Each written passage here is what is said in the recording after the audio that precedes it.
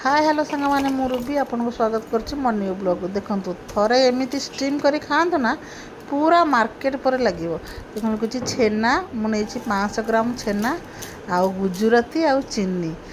500 ग्राम छेना नहीं 100 ग्राम क्षीर देखिकी देवे बेसी पतला करेंगे देखो अल्प देपर ग्राइंडिंग करके नहीं आसबे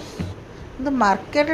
ठार आहरी भल हम पूरा स्टीमटा देखो मुझे ग्राइंडिंग करके नहीं आसली छेना को आपड़ पनीर भी करेंगे मुझे बन नी मार्केट रू छेना किणिक आनी आप घरे भी छेनाटा करेंगे देखो गोटे मोर तो केक करने नाला तो मुझे गोटे ताटिया घी लगे प्रथम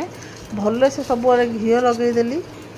देखो पूरा मार्केट पर लगे स्टीम्टे तापर काजू मो पाखे नाला काजू किसमिश केसर भी दे पारे तो मु खाली किसमिश देती जेहेतु मो घरे मो छुआ अच्छा ना से मैंने टोटाल काजू आसिले ही रखे दौना देखो भल से ताटिया को बाड़े देवे टे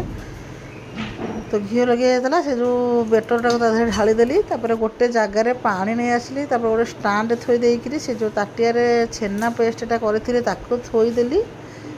तापर घोड़े देकी स्टीम करने को बसईदेली आपड़ केते मोटार करेंगे से अनुसार देखिए मु पतला करी तो मोर यहाँ अध घंटा 40 मिनट भितर होगला देखो केते सुंदर आ केते नरम होती देखो मुझे काटिकी भी देखा केते बढ़िया होती